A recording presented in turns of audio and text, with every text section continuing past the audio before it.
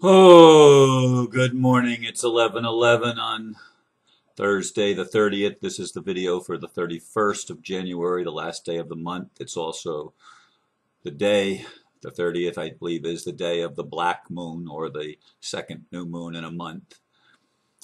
Uh, and this is a tough video for me. I want to say that even before I do the title. Been pondering for actually a good while since I wrote the blurb and title, which is, Will Earth be divided in two for the 5D people? I read Heather's response to Swiss Indo as posted on American Kabuki, and I have the link there. The response of Heather Ann Tucci-Jarraf. From what I was able to comprehend with the initial reading, it seems to me she is rejecting any bridge from where we have been to where we are going in our journey of spiritual evolution. To me, this means that the only solution would be the dissolution of the physical world we have known, with not one stone left standing on another, and starting over from scratch. I think we've done this in our past as human races, species of sentient beings in physical form, though that can only be supposition on my part. From my perception, I reject this non-solution, choosing to experience continuity between the old and the new, so that wisdom would have meaning in physical experience and not be relegated to only the ethereal, non-physical realm. That would negate, as I see it, any reason for ever embodying anything in physical form, making physical creation a mockery of my senses.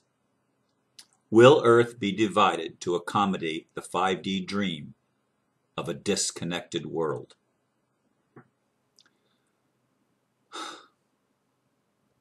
A year ago, I was singing the praises of Heather. I was loving the OPPT and what I realized it had accomplished for humanity. I held her in high esteem, and I still do. And I don't understand her response or some of the other things that have happened since she dissolved the One People's Public Trust. I don't understand that, and I don't understand a lot of things since that happened. To me, it was dropping the ball. It wasn't carrying out the plan of creating the CVAX on Earth that she originated and seemingly abandoned. And then Swiss Indo picked it up, and D of removing the shackles, and Heather and others to whatever degree seem to have been divorcing themselves from all the efforts of Swiss Indo to actually pick up where OPPT left off and bring it to fulfillment by creating CVAX so that people would have an alternative to the corporate governance of our world and the corporate financial system of our world. Now, Heather always has talked about transparency. And I used to understand a lot better than I do in this moment today. I used to understand some of her 5D language. It seemed meaningful to me, at least I could grasp some of what she was saying, although she often speaks in very obtuse language, and it is not clear and not concise, which is not really, to me, it's not transparent. She's not saying what she means in a language that my mind and heart and soul can grasp, and I know other people have had similar problems understanding what she's written. And I may not have understood all of the innuendos and stuff that she's put forth in her response, which you can read for yourself. I haven't gone back. I've looked at some of it again since I read it the first time, but it still doesn't strike me any differently than it did at my first reading. And that is that she's not calling for a continuity at all. She's calling for discontinuity, And many of the 5D people that I know tend not to want to get involved in the politics and the economic structure of our world. They think that by focusing on that, somehow that makes them less spiritual or something. I don't know. And I remember when I was a fundamentalist Christian, I used to hate it when people would say to me, God helps those who help themselves. And then I came to the realization that God doesn't do anything, not anything at all, except through created beings. All creation has been handed over to the created beings that were little gods, little gods, made in the image of God, but little gods. And that's us. And it's our responsibility. Now, we created a world of contrast, and she used to talk about contrast, but I don't even get that much in in this current thing. Maybe I missed it. I'm not saying it's not there. Maybe I missed it, but it's very obtuse language, and it's not transparent. The meaning that she's trying to convey, other than the fact that she's rejecting any use of money, any government that has any structure at all, which means structure means roles that people play. Now, some people choose to see that as hierarchy. That's what my friend Pieta Morgan from Australia, who was actually released, among other things, by papers created by Swiss Indo that gave her immunity, and she was released way in advance of what they told her she was going to be released. And Swiss Indo helped her a lot, but she struggled with hierarchy, that Mr. Sino is a king, or even claims to be the king of kings. And a long line, a successive line, unbroken from King Solomon to the present. And quite frankly, I had a lot of trouble with the whole thing of making people kings and queens and prime ministers and whatnot. I had a problem with that. I don't like hierarchy either. I grew up in America, in the United States, and my training was not to have, certainly I've not come to respect the hierarchies of our own government, which isn't a government at all. It's a criminal enterprise, and it has been a criminal enterprise for a long time. But people, since the 21st century hit, people have become more aware of that than they ever were even in the 20th century. And worldwide, people realize the corruption that exists in all of our governmental systems and in our financial system. Many people around the world realize this. And yet, the 5D branch of spirituality, if you want to call it that, they continue to try to separate themselves and not utilize any of the rudiments from the old system to build the bridge to the new system, even though Heather did that herself in filing the OPPT documents. She used the rudiments of the old system to crash the old system, but then she refuses to use the same or other rudiments of that system, including governments, including monetary system. She rejects all of that, leaving us cold with no bridge to get from where we are, for the people to get from where they are to where they're going. It's just a process of denial. It's a process of withdrawal. It's a process of separation. And I can't conceive in my heart and soul and mind, I can't conceive of how we can ever heal the breach, heal the wounds that have been created over our previous experience of human life without integrating it all and healing each aspect. I can't see how separation and division can ever bring wholeness. I can't conceive of it.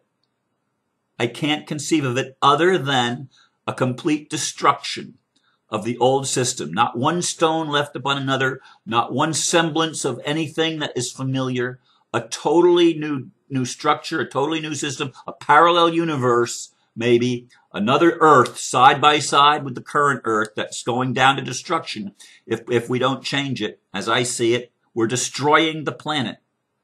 Now, maybe in the destruction of the planet, it will give birth to this second Earth or the second world or this other parallel reality. But that, to me, would be insane. If that's the plan, it's an insane plan as I see it. And it's only my opinion. And it hurts me that we cannot get together and get on the same page. I have held out an olive branch the best I know how. Come and help us create a system that is an adequate bridge, that is recognizable by people in the old paradigm and also recognizable by people that want to go to a new paradigm, and they can see the connection from one to the other. They can see where the links are.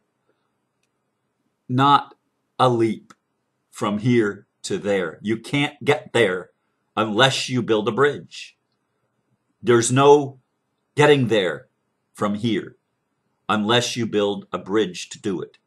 Unless we take action, unless we recognize that we are the ones that are responsible. We are the ones we've been waiting for. We are the ones that have to build this new heaven and new earth. We are the ones that have to do that. Mr. Sino gave us a plan. And for a long time, there's been this thing that he's not real, he's not real, he's not real. Yeah, I heard it. And there were times I almost believed it. Because, quite honestly, I don't like the delays. And there's been delays.